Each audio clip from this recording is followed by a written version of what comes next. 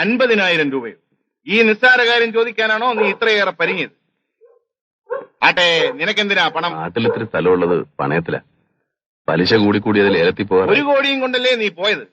അതിൽ നിന്ന് എടുക്കാമായിരുന്നില്ലേ? അത്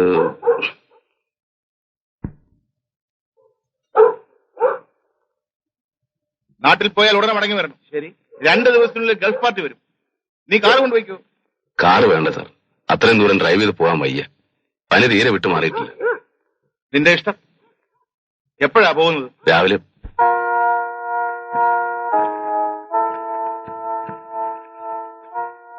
എന്തിനാ ഇപ്പൊ നാട്ടിൽ പോകുന്നത്? സ്ഥലം ലേലത്തിൽ പോയെന്നല്ലേ എന്നോട് പറഞ്ഞത്? കാലണ കയ്യിലില്ലാത്ത കാലത്ത് ലേലത്തിൽ പോകുന്നും പോകാത്ത ഒരുവരല്ലേ.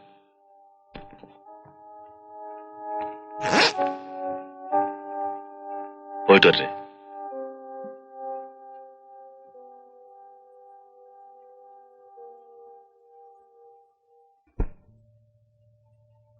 ഇത് ഒരുപാട് കാശുണ്ടല്ലോ. ഒരുപാടൊന്നുമില്ല, 50,000 രൂപയുള്ളൂ. ഇനി കുഞ്ഞിന്റെ വിവാഹം നടത്തി തരേണ്ടത് എന്റെ കടമയാണ്. എന്റെ അതെ, എത്ര ആഘോഷമായിട്ട് നടത്തേണ്ടതായിരുന്നു കുഞ്ഞിന്റെ അച്ഛനുണ്ടായിരുന്നു. ശരിയാണ്.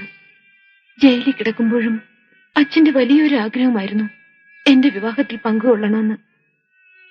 ജയിൽ സൂപ്രണ്ടിനോട് എന്നും കെഞ്ചുമായിരുന്നു പരോളിൽ വിടാൻ. മോഹന്റെ അച്ഛനൊരു മര്യാദ കാണിച്ചു. ജയിലിൽ ചെന്ന് അച്ഛന്റെ മുഖത്ത് നോക്കി പറഞ്ഞു വിവാഹം സാധ്യമല്ലെന്ന്. എനിക്കൊരു വിഷമവും തോന്നിയില്ല. പക്ഷെ അച്ഛൻ ഒരു കണക്കിന് അതാ ഭാഗ്യം. ഉറങ്ങിക്കിടക്കുമ്പോ ആരെയും ബുദ്ധിമുട്ടിക്കാതെ അച്ഛനാ ഭാഗ്യം അർഹിക്കുന്നുണ്ടാവില്ല. ഓ, അമ്മയോ? ഭ്രാന്താശുപത്രിക്കുള്ളിൽ ഇങ്ങനെയുള്ള വികാരങ്ങളൊന്നും കടന്നു ചെല്ലാറില്ലല്ലോ. അച്ഛൻ മരിച്ചതറിഞ്ഞിട്ടും അമ്മ ഒന്നും പറഞ്ഞില്ല. ജോലി കളഞ്ഞു. ഇനി അല്പം സോഷ്യൽ സർവീസ് ആകാമെന്ന് വെച്ചു അല്ലേ? കുഞ്ഞെ, 50,000 രൂപ പോയാലെന്ത്? ഒരു വേശ്യ രക്ഷപ്പെടുമല്ലോ.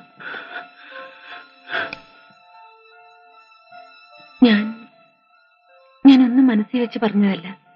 ഈ പണം കൊണ്ട് ചിലപ്പോ ഒരു ചെറുപ്പക്കാരന് വാങ്ങാൻ കഴിഞ്ഞേക്കും. ഇത്രയും കാശ് കൊടുക്കുന്നതല്ലേ. സെക്കൻഡ് ഹാൻഡ് ആണെന്ന് അറിഞ്ഞാലും വാങ്ങാൻ ആള് കാണും. അതിലും ഭേദമില്ല പരമച്ചേട്ടാ ജോണി. സമയം ഒരുപാട് വൈകി. ഞാൻ പോട്ടെ. ഇനി എന്നെ കാണാൻ വരരുത്. കുഞ്ഞെ,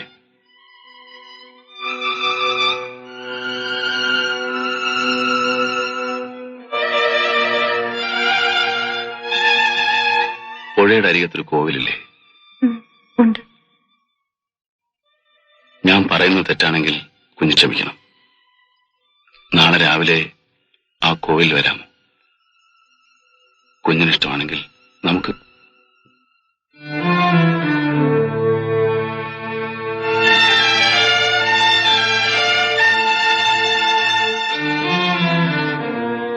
കുഞ്ഞിനിഷ്ടമാണെങ്കിൽ മാത്രം.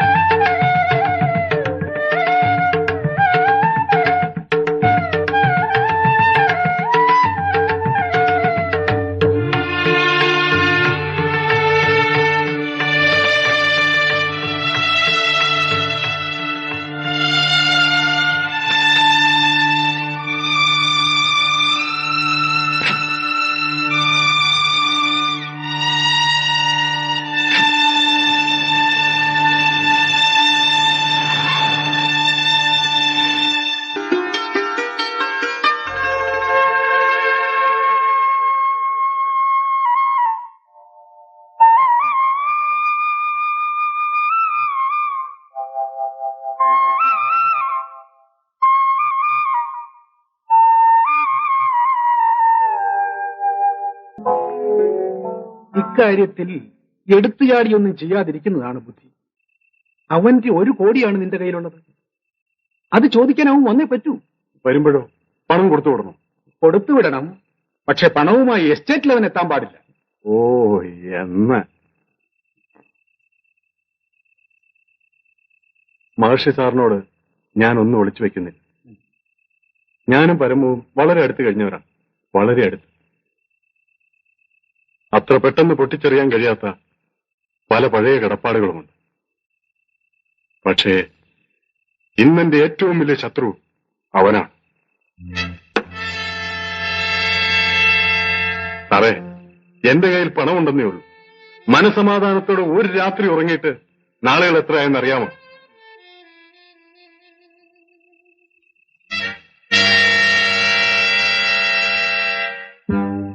അവൻ മരിക്കണം.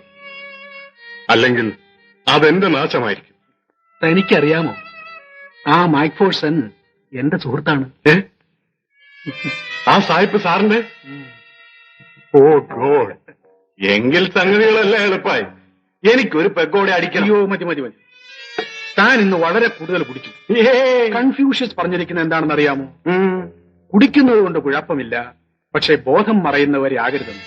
ഏത് കൺഫ്യൂഷൻസാ മഹർഷി സാറേ? കാവിൽ ജോണിയുടെ കപ്പാസിറ്റിയെ കുറിച്ച് അയാൾക്ക് എന്തറിയാം? ഒരൊറ്റ ഭരണി ചാരായമായിരുന്നു എന്റെ മുത്തപ്പൻ. അതാണ് കാവിൽ ലോനയുടെ ബേസിക് സ്റ്റാൻഡേർഡ്.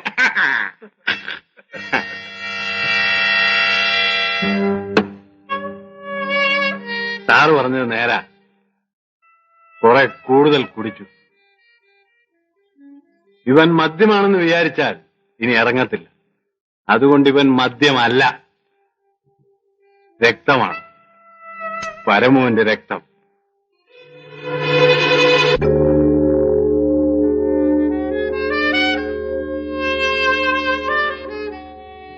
നിന്നോട് അവൻ ഒന്നും പറഞ്ഞില്ലേ?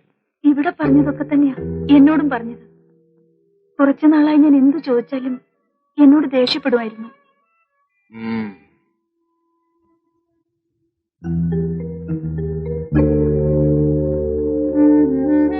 നാട്ടിൽ പരമവന്റെ സുഹൃത്തുക്കൾ ആരൊക്കെയാണ്? അങ്ങനെ പറയത്തക്ക കൂട്ടുകാരാരുമില്ല. വല്ലപ്പോഴും ഒക്കെ നാട്ടിൽ വന്നോണ്ടിരുന്നത്. അധികകാലം തങ്ങാറുമില്ലായിരുന്നു. ആ പെട്ടി നിന്റെ വീട്ടിൽ ഏൽപ്പിക്കുന്നല്ലേ പറഞ്ഞത്? അതെ. ആരെ ഏൽപ്പിക്കും? അച്ഛനെ. ഏൽപ്പിച്ചിട്ടില്ലെങ്കിലോ? ഞാൻ പോയി അന്വേഷിക്കാം സാർ. വേണ്ട. നിന്നെ ഇപ്പോൾ അങ്ങനെ ബുദ്ധിമുട്ടിക്കുന്നത് ശരിയല്ല. നിന്റെ നാട്ടിൽ എനിക്കൊരു സുഹൃത്തുണ്ട്, മഹർഷി മാത്യൂസ്. ഒന്ന് ഫോൺ ചെയ്താൽ മതി. 1 മണിക്കൂറിനകം അയാൾ വിവരം പറയും. കൂടുതൽ ആൾക്കാർ അറിയണ്ടെന്ന് കരുതി ഇത്രയും നാൾ ഞാൻ ക്ഷമിച്ചു. But today is the 10th day.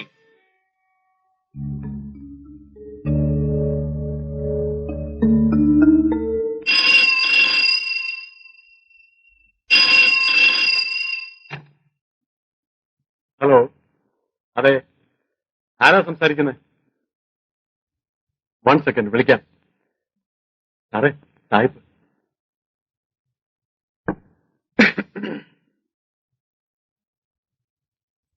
Hello, മഹർഷിയല്ലേ? ആ, ഇത് ഞാനാ, McPherson. Of course, after a very long period. അതെനിക്കറിയാം. ഈ നാട്ടിലോ? Anyway, it's very funny. ഒരു മിനിറ്റ്, ഞാനൊന്ന് എഴുതിയെടുത്തോട്ടെ. പേരെന്താ? ഹൈമി. Near market. ഓക്കെ. 2 മണിക്കൂറിൽ ഞാൻ അങ്ങോട്ട് വിളിക്കാം. അവളെ വിടരുത്. Don't worry Mac, I will do my best for you. Okay?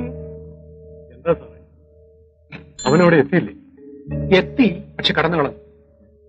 മക്ഫോഴ്സൺ ഹൈമിയെ ചോദ്യം ചെയ്തു. Smart girl. അവൾ തന്നെ പറ്റിയില്ല. പണം അവളുടെ വീട്ടിലുണ്ടാകുമെന്നാണ് പറഞ്ഞത്. അതെന്താ? അവള് ബുദ്ധിയുള്ളവളാണ്. പരമു ഏതായാലും പോയി. ഇനി തന്നെ കൂടെ പിണക്കണ്ടെന്ന് കരുതി കാണും. അഥവാ ഇനി പണം തന്റെ കയ്യിലാണെങ്കിൽ ഒരുവിധം അവക്കും ചോദിക്കാമല്ലോ.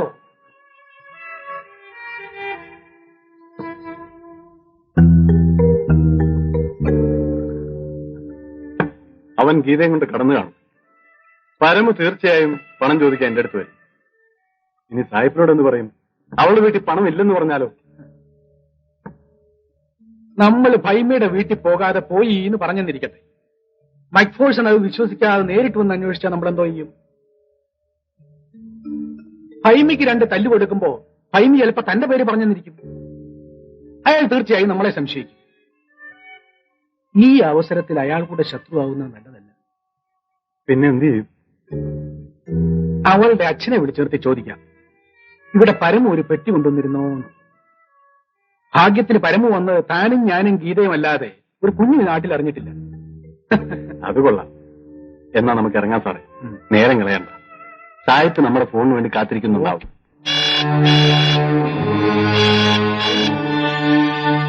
ഹലോ, അതെ, എന്തായി?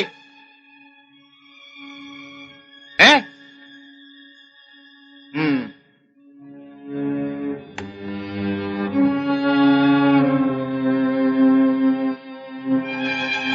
പെട്ടി എന്റെ വീട്ടിലുണ്ടായിരിക്കണേ.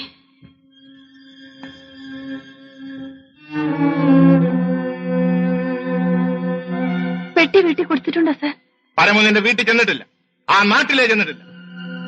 എന്റെ ഭഗവാനെ, എന്തൊരു ചതിയാണിത്. ഭൈമി,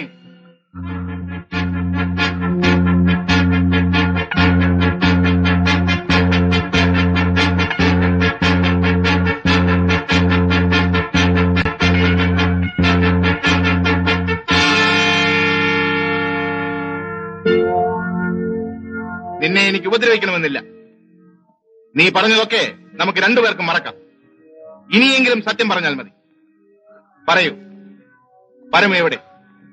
എന്നോട് ഇനി എങ്ങനെ ചോദിക്കാതെ സാർ? നിന്നോടാ ചോദിച്ചത്, പരമ എവിടെയെന്ന്.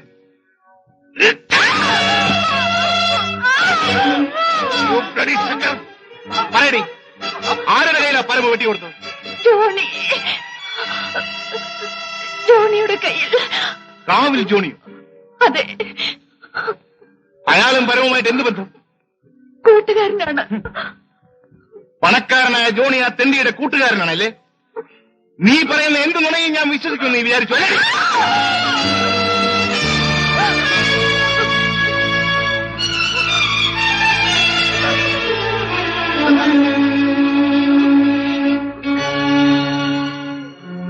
Lock the door. Yes, sir.